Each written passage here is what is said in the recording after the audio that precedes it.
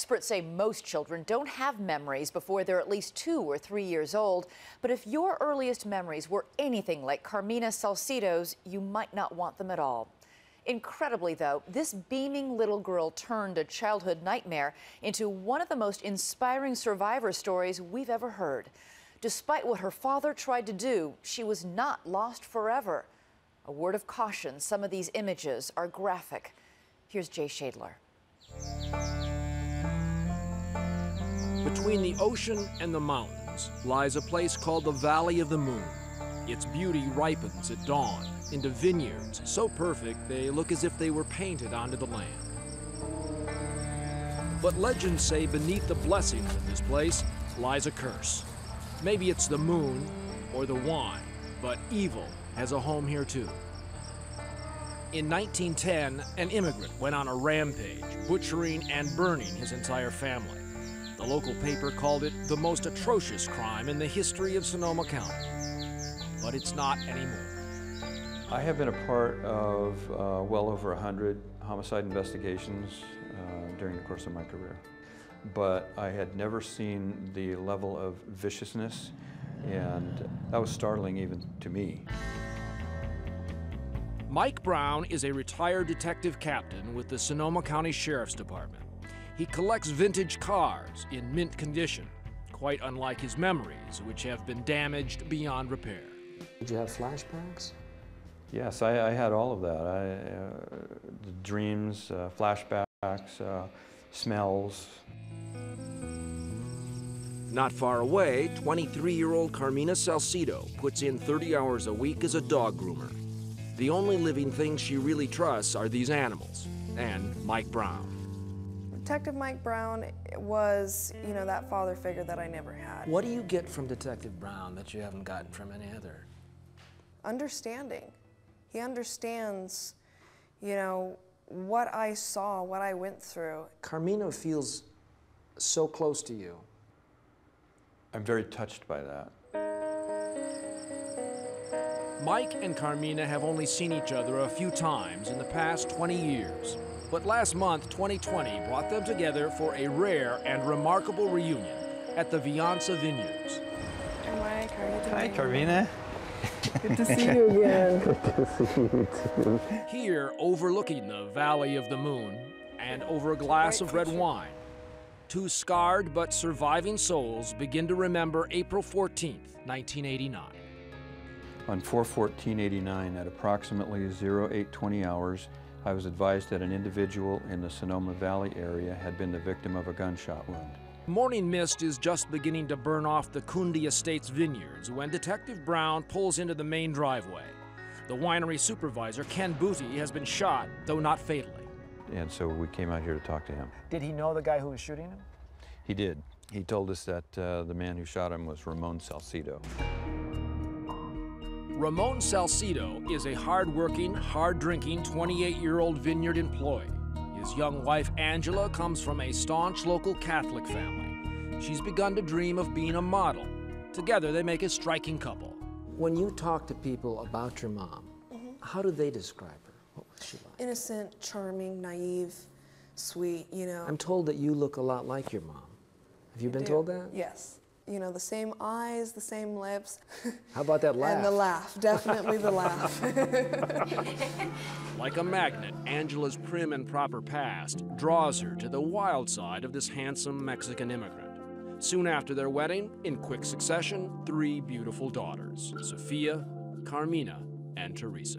Sophia was a very quiet, reserved child. Very, very thoughtful, very smart. She was the oldest. And then it was me, who was crazy, always into stuff, climbing up the drapes and, smiling big for the camera. And maybe Teresa was sort of the in-between of both of us, my mom was very creative. Taking pictures of us at playtime. She'd be, we're gonna put the 3 of you little kids in a box and you're gonna see. But those bright memories of her sisters and mom fade to black when Carmina recalls her father. I was very intimidated and scared of my dad. He would come home and be drunk, obliterated, and I remember fights going on between him and my mom. And he just started, slapping and punching her. Sophia was holding baby Teresa. You know, we just all stand back there with, you know, big eyes and just watch terrified. Detective Brown knows nothing about these troubles in the Salcedo house. He's just looking for Ramon. But even before he can leave the scene of the vineyard shooting, he gets another call. I was advised that a homicide victim had been found at another winery approximately 2 miles away from the scene of the first shooting. Detective Brown isn't the only one who hears about this second shooting. I keep my police scanner in my purse. I was the cop reporter at the time, and kept it on. Randy Rossman is a beat reporter for the Santa Rosa Press-Democrat. I remember, because of all the chatter on the scanner, I was nervous. Then I heard they had a 187, which is code for a homicide. Less than 2 miles from the first shooting site, another winery supervisor, Tracy Tuvey, is ambushed, dying of a bullet wound to his head. The lower portion of his body was in the car, but the upper portion of his body had fallen out of the car and was lying on the dirt road. So by 9 a.m., Detective Brown has 2 crime scenes, 2 victims, and 1 common thread. Both of the victims are vineyard supervisors of Ramon Salcedo. And co-workers say lately he's been mixing booze and cocaine. Tracy would tell him to do something, he'd flip him off behind his back or do something like that, you know, pissed that he had to take orders off him. So there's trouble at work and tensions at home with his wife Angela. To help bring in money, she's begun modeling classes. That's Angela learning to take a turn on the runway. She photographed beautifully, and she said that they needed the money. But Ramon doesn't like the idea. Jealousy is seeping into his thoughts.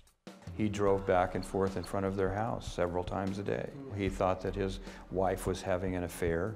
As she grew more confident, your father grew more jealous. Yes. What's more, in just the last few days, Angela has learned Ramon has fathered a child with another woman, and he's still legally married to her. A court is ordering him to begin paying $500 a month in child support. So now the tensions between Angela and Ramon need only a spark to explode. And Ramon finds it. His suspicion that 4-year-old Sophia is not his child will turn out to be right. A DNA test will prove it. And Angela may now believe that her only choice is to run as fast as she can toward a new life.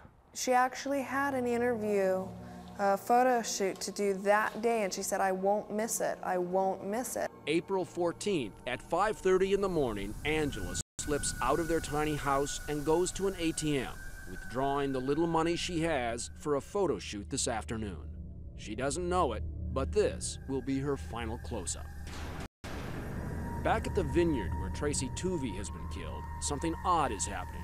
For a homicide, where are all the police and detectives? And there was just one detective here, that's all. And I asked him what was going on, and he told me that there'd been a homicide here, but that everybody had just left because there'd been a call of another homicide. 201 Baines Avenue, 8 miles from the first shooting, 6 miles from the second crime scene. It is the home of Ramon and Angela Salcedo and their 3 daughters. Detective Brown and his partner think Ramon may still be inside. What do you see?